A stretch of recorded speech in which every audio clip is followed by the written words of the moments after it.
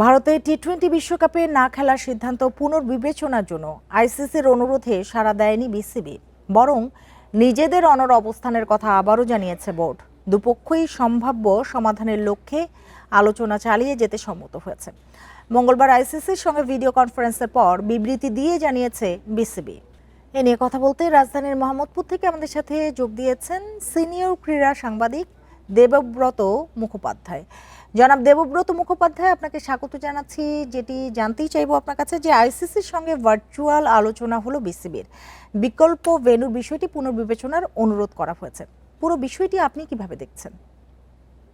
আজকে পর্যন্ত যে ঘটনাটা ঘটেছে সেটা তো আপনাদের রিপোর্টেই আমরা শুনলাম যে আইসিসির সঙ্গে বিসিবির একটা ভার্চুয়াল বৈঠক হয়েছে। তো এটা আগে থেকেই অনুমিত ছিল যে এরকম আইসিসি কয়েক দফা আরো হয়তো আমরা আগামী কদিনে এরকম দেখব যে আরো এরকম কয়েক দফা বৈঠক হচ্ছে যেখানে বাংলাদেশকে কনভিন্স করানোর চেষ্টা হচ্ছে যে ইন্ডিয়াতেই খেলো। ইতিমধ্যে তারা এই বৈঠকগুলোতে যে প্রস্তাবনাগুলো দিয়েছে সবগুলো তো আর বাইরে আসে না।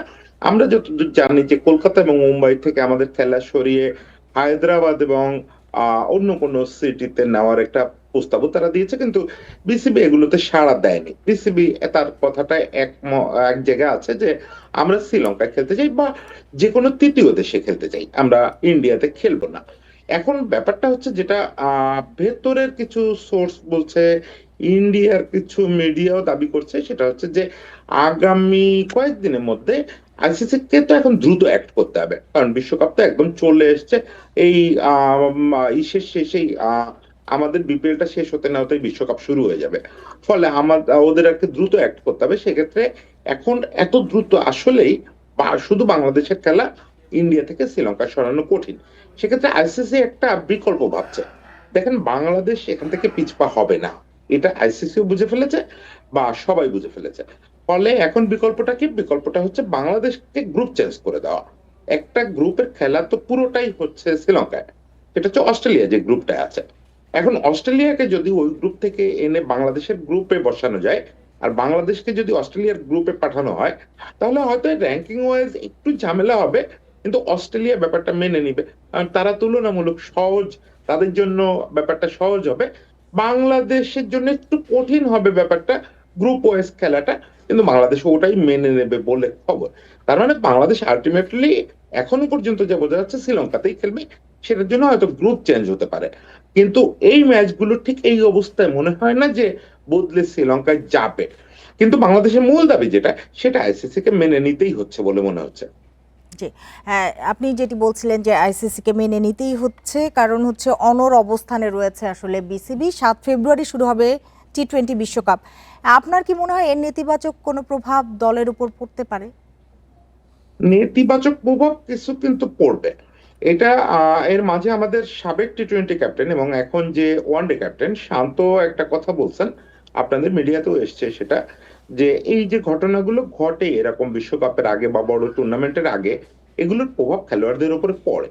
তারা তো এন্ড অফ দ্য ডে মানুষ, তো যতই মুখে বলুক যে না আমরা প্রফেশনাল, আমরা এই বাইরের কথায় কান দেই না, কিন্তু এন্ড অফ দ্য ডে এগুলো তাদেরকে আহত করে, তাদেরকে চিন্তায় ফেলে। দেখেন, কিছু খেলোয়াড়ের উপস্থিতিতে কোয়াপ একটা সংবাদ সম্মেলন করেছে, তো সেখানে যারা ছিল তারা তো আবার জাতীয় দলের খেলোয়াড়। এমন তো না যে ওদের সুইচ আছে অফ অন করে দিতে পারে। এটার প্রভাব টিমের উপরে পড়বে।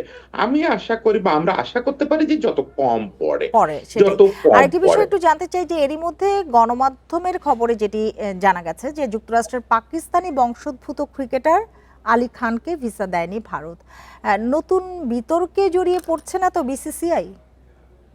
এই বিতর্কে তো তারা আছেই। দেখেন, মানে এইটা তো এখন আমাদের গায়ে লাগলো তো এবার আঘাতগুলো, এই জন্য আমরা এবার খুব আলোচনায় নিচ্ছি। কিন্তু ইন্ডিয়ান ক্রিকেট বোর্ড এবং আইসিসি যে কাজগুলো করছে, সাম্প্রদায়িক যেসব পদক্ষেপ গত কয়েক বছর ধরে নিচ্ছে, যেগুলো অশোভন কাজ করছে, সেগুলো কিন্তু চলমানই ছিল। আমরা এর আগে ক্রিকেটে কখনো দেখি নাই এমন সব বিস্ময়কর ঘটনা এই গত কয়েক বছরে ঘটছে। যে ভারত পাকিস্তান, আমরা দেখছি যে কার্গিল যুদ্ধের সময়ও ভারত পাকিস্তান খেলা আয়োজন হয়েছে ইন্ডিয়াতে।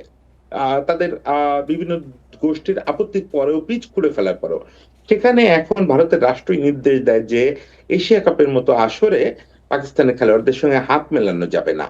তারপরে একজন আরেকজনের প্রশংসা করলে সেটা নিয়ে খারাপ কথা বলা হয়, এবং নামের শেষে খান থাকলে, শুরুতে মোহাম্মদ থাকলে সেগুলো নিয়ে কুৎসিত সব প্রোপাগান্ডা হয়। সেদিন দেখলাম যে ইন্ডিয়ার টিভি গুলোতে বলা হচ্ছে, এবং ইন্ডিয়ার বড় বড় নেতারা, ক্ষমতাসীন দলের নেতারা বলতেছেন যে শাহরুখ খানও নাকি গাদ্দার। তো এই যে ধর্মীয় পরিচয়কে, আলী খান কত আগে পাকিস্তান ছেড়ে ওর ফ্যামিলি চলে গেছে, এখন এই পুরো ব্যাপারটা আসলে এমন একটা জায়গায় গেছে, নোংরামির এমন একটা জায়গায় গেছে যে একটা মানুষ মুসলিম শুধুমাত্র এই পরিচয়ের কারণে যে আমেরিকার হয়েও খেলতে আসতে পারবে না। জি, আমি বুঝতে পেরেছি। অবশ্যই যতদূর। জনাব দেবব্রত হ্যাঁ, মুখোপাধ্যায়, হ্যাঁ। আমাদের হাতে একেবারেই সময় নেই। আপনাকে অনেক ধন্যবাদ আমাদের সাথে যুক্ত হওয়ার জন্য।